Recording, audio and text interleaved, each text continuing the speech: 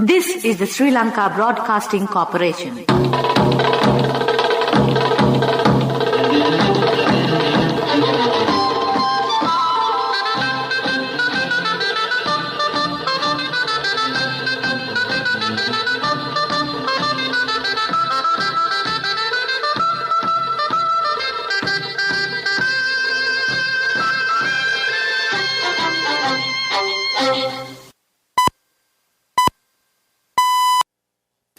It's precisely 6:15. This is the news on Sri Lanka Broadcasting Corporation. News is edited by Dulmin Samarasinghe, read by Sabrina Zawahir. The headlines. Parliament Committee on Public Finance approves the supplementary estimate of 695 billion rupees. The Parliamentary Business Committee decides to publish reports as e-versions. MP Vasudeva Nanayakkara urges the government to take steps to get fuel from Russia. The Foreign Minister will visit Singapore for a bilateral visit and to attend the Asia Security Summit.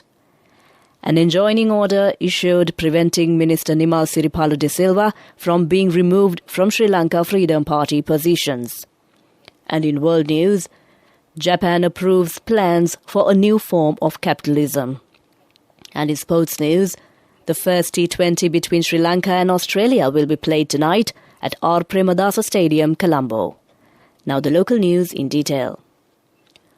The supplementary estimate of 695 billion rupees to maintain essential state services presented in Parliament by Prime Minister Ranil Wickremesinghe has been approved by Parliament Committee on Public Finance, which met today, headed by MP Anura Priyadarshana Yapa. Secretary to the Finance Ministry Mahinda Siwadana explained to the committee about the needs to be met through the funds. Speaker Mahinda Yapabewadana announced in Parliament today that it was decided at a recent meeting of the Committee on Parliamentary Business to publish the annual reports, performance reports and other relevant reports as e-versions. The Speaker said that the decision was taken as a measure to address the contemporary economic crisis in the country and to minimize possible environmental concerns. Accordingly, it has been decided to appoint an officer to deal on the matter and to send soft copies to members of Parliament of those reports which are to be tabled on the relevant dates through an email. It was also decided to include soft copies of daily table reports in a specialized web portal on the parliamentary website so that they can be accessed through devices. The Speaker further stated that steps will be taken to make several hard copies of these reports available to the committees for reference purposes, which will be kept in the library. MP Vasudeva Nanayakkara today urged the government to take steps to purchase fuel from Russia. He told Parliament that India, Singapore and Thailand are buying fuel from Russia. MP Nanayakkara said the Russian envoy to Sri Lanka has also spoken to the Energy Ministry that they were ready to discuss about a program on purchasing fuel and added that the ministry has not responded to the request as yet. Minister of Foreign Affairs Professor J.L. Pieris will travel to Singapore for a bilateral visit from the 8th to the 9th June on the invitation of his counterpart, Minister for Foreign Affairs of Singapore, Vivian Balakrishnan. During his visit, Minister Pieris will hold bilateral discussions with Foreign Minister Balakrishnan and meetings with the Minister for Finance, Lawrence Wong, Minister for Law and Minister for Home Affairs, K. Shanmugam and other senior officials. Following the visit, Minister Pieris will take part in the 19th IISS Shangri-La Dialogue Asia Security Summit from 10th to 11th June 2022. The minister will be representing the President of Sri Lanka at the Security Summit. The IISS Shangri-La Dialogue is Asia's premier security summit and will focus on issues of security, cooperation and challenges in the Asia-Pacific region. On the other sidelines of the Shangri-La Dialogue, Foreign Minister Pieris is scheduled to have bilateral meetings with the Prime Minister of Japan, Deputy Prime Minister of the State of Qatar, the Foreign Minister of Bahrain, Secretary of State of Defence of the UK, US Secretary of Defence, the High Representatives of the European Union and the Regional Director for Asia and Pacific of the ICRC, among others. This news is brought to you by Sri Lanka Broadcasting Corporation.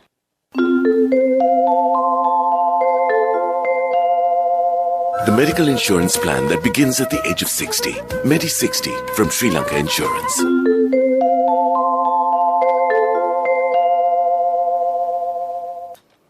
Continuing local news, the Colombo District Court today issued an enjoining order preventing Minister Nimal Siripala de Silva from being removed from all positions he holds in the Sri Lanka Freedom Party. It was issued after taking into consideration a petition filed by Minister de Silva. This enjoining order will be effective until the 20th of June. The Colombo Magistrates Court today granted bail to the former Central Bank Governor Ajit Nivard Cabral. He was released on a personal bail of 10 million rupees. A complaint filed by Venerable Tianwale Palitathero accused Cabral of misappropriating state funds while serving as the Central Bank Governor. The complaint alleges during his tenure as the Central Bank Governor from 2006 to 2015, Cabral had paid a sum of $6.5 million to an American national without the cabinet approval. A delegation of Pakistan National Defence University led by Air Commodore Akhtar Imran Sadowze called on Secretary General Kamal Gunaratne at the Defence Headquarters Complex, Sri Jawadanapura, Kotte today. The Defence Secretary had cordial discussions with the delegation during the meeting. Major General Jagat Kodithuaku, the present Deputy Chief of Staff of Sri Lanka Army, has been appointed the new Chief of Staff of the Army effective from tomorrow. Major General Jagat Kodithuaku received the letter of appointment as 60th Chief of Staff of the Army from Commander of the Lieutenant General Vikum Lianage at the Commander's office today. At the invitation of the Government of the United Kingdom, a contingent of Sri Lanka's three forces participated at the Queen Elizabeth II's Platinum Jubilee pageant held on Sunday. The pageant was organised as a part of a series of celebrations that took place from 2nd to the 5th June in honour of the Queen. Upon the conclusion of the pageant, the contingent of the Sri Lanka military visited the Sri Lanka High Commission, during which High Commissioner of Sri Lanka in the United Kingdom, Saroja Sirisena, thanked the three forces for their participation at the pageant and stated that it was a proud moment to see the Sri Lankan flag flying high at the momentous event. With that, we conclude the local news. The medical insurance plan that begins at the age of 60. Medi 60 from Sri Lanka Insurance. A health insurance plan to honour our most valued elders by the protectors of the nation.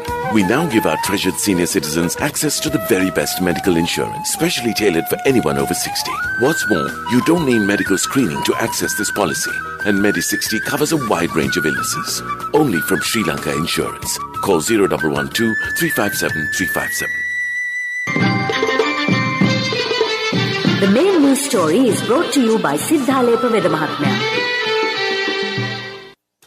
Cabinet had approved an import of 150,000 metric tons of urea, 45,000 metric tons of muriate of potash and 36,000 metric tons of a triple super phosphate fertilizer for paddy cultivation in 2022 and 23 Maha season. Ceylon Fertilizer Company Limited and Colombo Commercial Fertilizer Company Limited are to import the relevant quantities of fertilizer and distribute them to the farmers. That was main news. The main news story was brought to you by Siddhalepa Vedamahatmya. Moving on to Watchlight. Cabinet has approved to resign a memorandum of understanding to implement a voluntary collaboration program in Sri Lanka to provide education, employment and empowerment opportunities in Canada. The World University Service in Canada is implementing the voluntary collaboration program in Sri Lanka for 30 years. That was Watchlight. Moving on to world news and the headlines of the world news. Japan approves plans for a new form of capitalism. Zelensky calls for safe maritime corridor to export grains. Top Gun maker Paramount sued over copyright breach.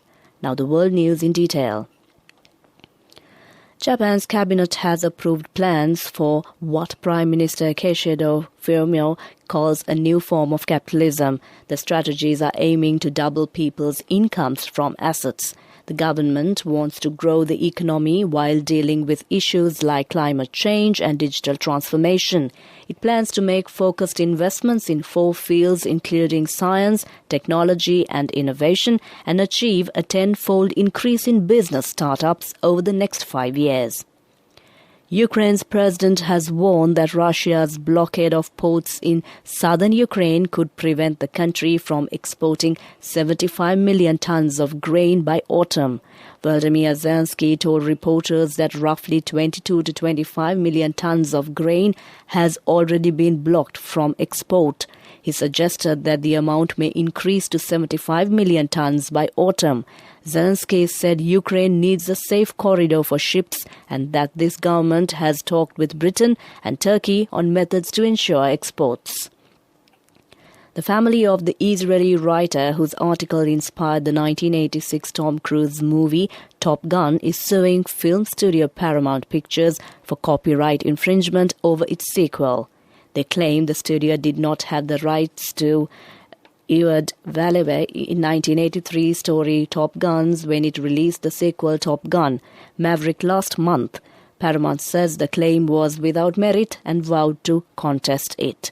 With that, we conclude the world news. Prior to concluding the headlines of the world news once again, Japan approves plans for a new form of capitalism. Zelensky calls for safe maritime corridor to export grains. Top Gun maker Paramount sued over copyright breach. With that, we conclude the world news. Moving on to development news. Chairman of Sri Lanka Tourism Development Authority, Priyantha Fernando, told the annual general meeting of Sri Lanka Association of Inbound Tour Operators that they have presented a tourism revival plan to bid to attract 800,000 to 850,000 tourists this year. Meanwhile, the Tourism Promotion Bureau has planned 3 road shows in Mumbai, Delhi and Bangalore this month as an immediate promotion, and a tourism app would also be developed to link all stakeholders with the assistance of the ICTA. That was Development News. Sports News is brought to you by Sampath Bank. We present your future. Taking a look at cricket, the first T20 match between Sri Lanka and Australia will be played at the R. Premadasa Stadium today. The match begins at 7 p.m. Australia team is touring Sri Lanka after 6 years. The SLBC will broadcast live all matches of the series. And taking a look at skating, the International Skating Union says it will raise the minimum age for competitors in senior events from 15 to 17. After the controversy surrounding Camille Verret at the Beijing Olympic Games. The ISU said it wants to protect the physical and mental health and emotional well-being of skaters. The minimum age will be 16 for the 2023-24 season and 17 from 2024 to 25. That was Sports News. Cash through NSP globally and win wonderful gifts locally. From October 1st, 2021 to December 31st, 2022. Remit a minimum of $100 or an equivalent amount in any foreign currency 3 times through NSB U Trust. Business News, sponsored by National Savings Bank, the safest place for your money. My Business International, a comprehensive web portal that provides a much-needed platform for business in Sri Lanka to connect with foreign markets, was unveiled recently.